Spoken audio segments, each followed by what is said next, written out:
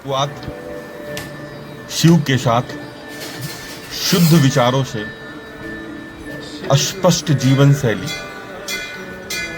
माँ भगवती के चरणों में चरण वंदन, अभिनंदन, स्नेह और आशीर्वाद की छोटी सी सकारात्मक पहल और शिवत्व को जीवन का समर्पण करते हुए जब सुबह की शुरुआत एक सकारात्मकता के साथ होती है तो जीवन के आनंद की अनुभूति शब्दों से कभी भी वर्णित नहीं की जा सकती है। जब हम गंगा के पास जाते हैं, गंगे की महत्ता को समझते हैं, सूर्यदेव की प्रतिमा को जब समझते हैं और सूर्यदेव की जब चमक और अपनी जीवन की जय श्री राम शुद्धता और सबों के साथ स्नेहात्मक श्री राम का उद्घोष होता है, क्योंकि राम बोलने से जीवन में जब रमत्व की प्रवेश होती है, रमत्व जब अपने आप में आता है तो खूबसूरत सी चमक, खूबसूरत सी जीवन शैली आपको हमेशा फलित होती है, हरी भरी होती है। प्रकृति के साथ आलिंगन करने की खूबसूरत सी पहल होती है, प्रकृति को समझने की, प्रकृति को के जीवन को अपने जीवन में आत्मसात करने की होती है। हमेशा प्रकृति के साथ जब आप निरंतरता के साथ चलते हैं और जीवन को जब अपनी जीवन के साथ आत्मसात करते हैं तो प्रकृति का आनंद, प्रकृति की एक खूबसूरत शैली आपके जीवन को हमेशा ऊर्जान्वित करती है और वही ऊर्जा आपकी जीवन शैली को मजबूत जीवन शक्ति देती है। शब्दों के साथ स्नेहात्मक और हमेशा वंदनात्मक और नियमों के प्रति हमेशा प्रतिबद्धता जीवन को हमेशा सही दिशा की तरफ लेकर जाती है और अनुशासन के साथ ही सुबह की शुरुआत निरंतरता की तरफ लेकर जाती है। निरंतरता ही जीवन की शुद्धता है, निरंतरता ही जीवन की सबसे बड़ी शक्ति है और वही शक्ति से हमारी सुबह प्रत्येक दिन शुरुआत होती है। हम सबों के साथ वंदनात्मक रहते हैं, सबों के साथ स्नेहात्मक रहते हैं, सबों के साथ जीवन में एक खूबसूरत सी तारतम्यता, एक खूबसूरत सी मधुरता, एक खूबसूरत सी स्नेह की तस्वीर खड़ा करते हैं और उसी तस्वीर से हमारी सुबह की शुरुआत होती है। सबों के अंदर में एक अलग सी शक्ति होती है, सबों की व्यक्तित्व की सबसे खूबसूरत तस्वीर होती है चेहरा, और वह चेहरा के ऊपर जब आपसे मिलने के बाद लोग मुस्कुराते हैं, लोगों की चेहरे पे एक तस्वीर उद्धृत होती है जो कि जीवन की अंतःकरण की जागृति से अस्पष्टता सामने आती है और वही स्पष्ट जीवन शैली आपको समृद्धता की तरफ हमेशा लेकर जाते रहती है।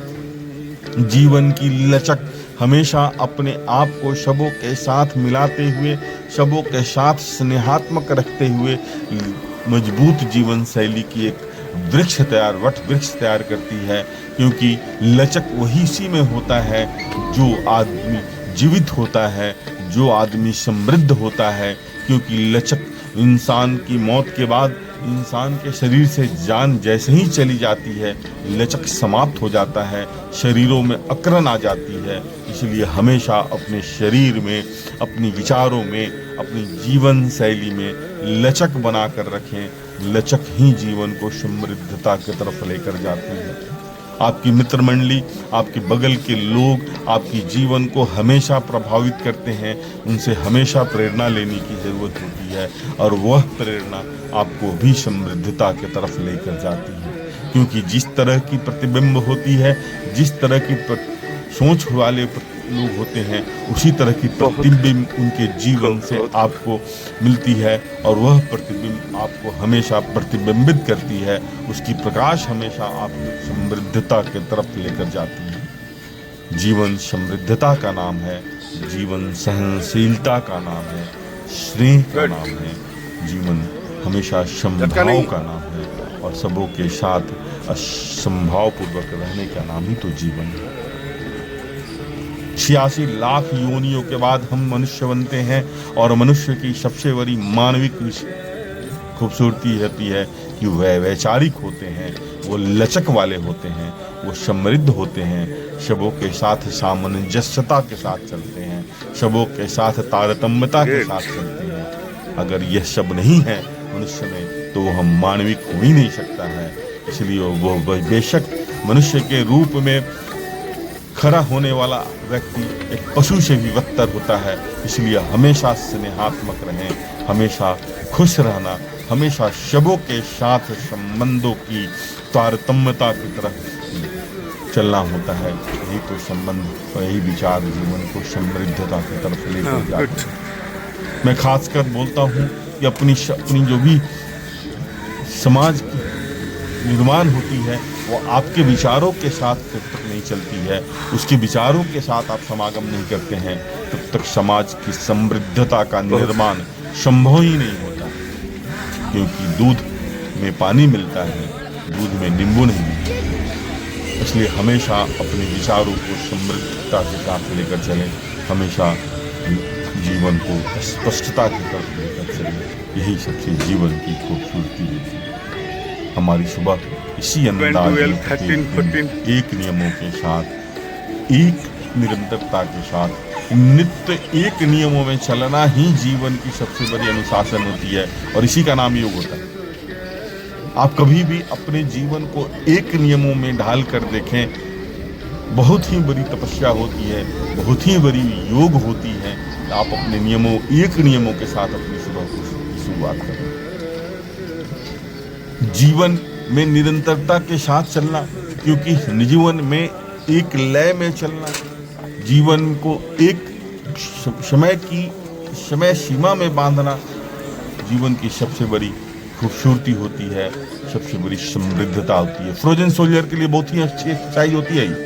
जिसको फ्रोजन सोल्जर है उसके लिए बहुत अच्छा एक्सरसाइज है। हर एक्सरसाइज का हर चीज की कुछ ना कुछ विशेषता होती है। उसको समझेंगे तो समझ के करने में बहुत ही आसानी होती है, बहुत ही खूबसूरत होती है। करने के समय चेहरे पे चमक, कभी भी चेहरे पे स्ट्रेस नहीं लाने की जरूरत होती है, क्योंकि चेहरा आपके शरीर का सबसे खूबसूरत की आईना होती है और उस सारी खूबसूरती को आपके चेहरे से हमेशा चित्रित कर देती है। आपका चेहरा आपके चरित्र का वर्णन कर देता है। आपका चेहरा आपकी चरित्र की पुस्तक है।